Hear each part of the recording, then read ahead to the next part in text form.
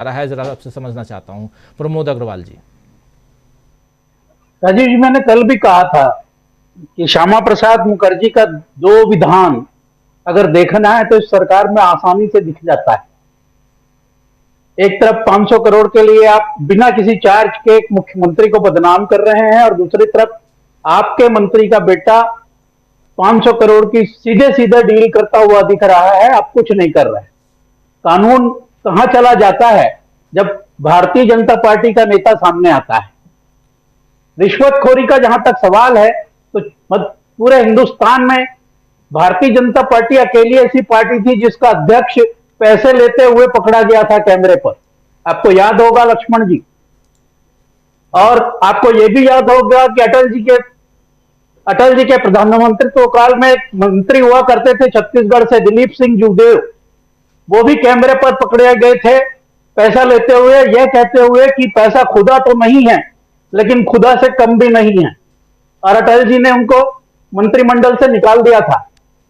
आपको यह भी याद होगा कि छत्तीसगढ़ से ही राजनांदगांव की सीट से सांसद बने थे प्रदीप गांधी, जिनकी सीट से मुख्यमंत्री ने उपचुनाव लड़कर के छत्तीसगढ़ की मुख्यमंत्री का ताज पहना था।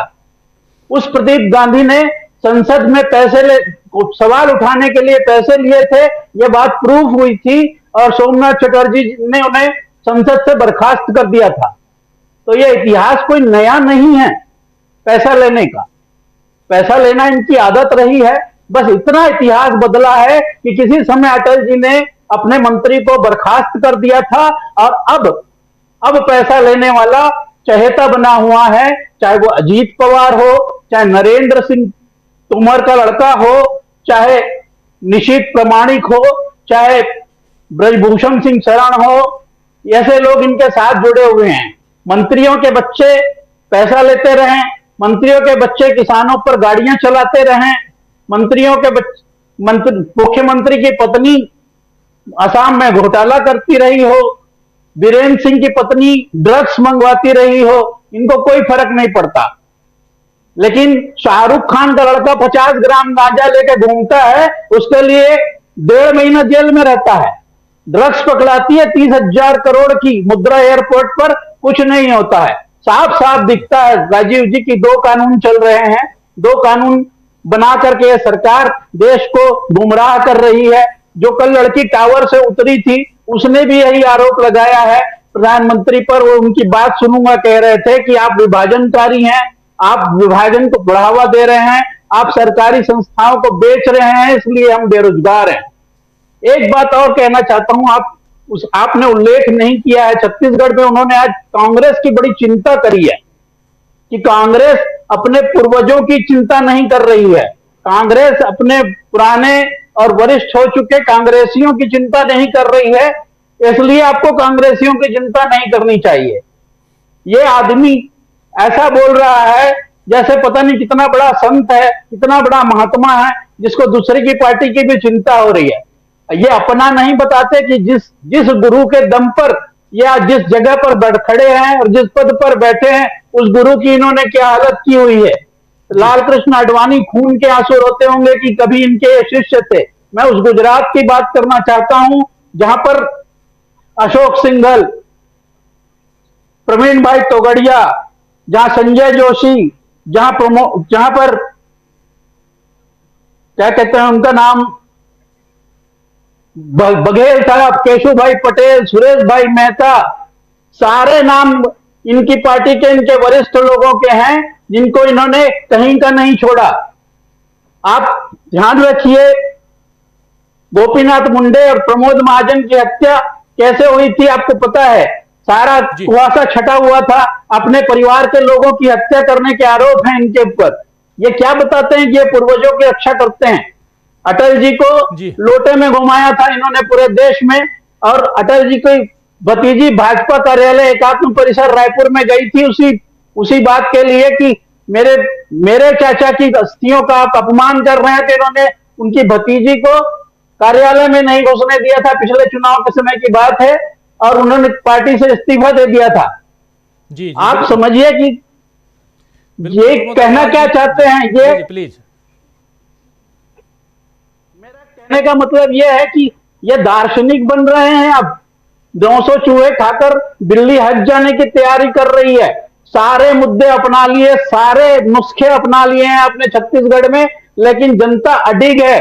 आपको बता दूं, मैं आपको अपने अनुमानों का आधार बता रहा हूं राजीव जी, कि छत्तीसगढ़ का किसान 1 तारीख से धान बेचता है सरकार को। 1 नवंबर से धान बेचने की तारीख होती है।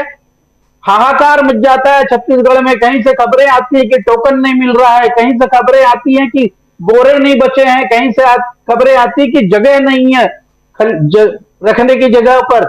आज एक दाना नहीं बेच रहा है किसान सरकार को। इसलिए नहीं बेच रहा है कि आज का रेट 2800 रुपए है, और आने वाली सरकार जो कांग्रेस की सरकार है, उसने अपने घोषणा पत्र में उस रकम को 3200 रुपए करने का वायदा किया हुआ है, और उसको पता है कि 400 रुपए ज्यादा मिलेंगे प्रति क्विंटल, इसलिए एक दाना सरकार के खलिहान में नहीं आ रहा है। उसको पता है कि वोट देने के बाद 1 महीने बाद यह धान 400 रुपए क्विंटल महंगा। महत्व नहीं देता हूं जितना संस्कृति को देता हूं। इसीलिए मैं दिवाली मनाने सेना के पास चला गया। चुनाव छोड़कर मैं झारखंड जा रहा हूं, वहां बिरसा मुंडा की जयंती में शामिल होऊंगा। आम आदमी क्या करे ये वो नहीं बता रहे हैं। एक समय उन्होंने कहा था कि मैं चाहता हूं कि चप्पल पहन के आदमी हवाई यात्रा करे। आज पूरे देश में डोमेस्टिक फ्लाइट में एक शहर से दूसरे शहर का किराया 5 अंकों में हो गया है जी।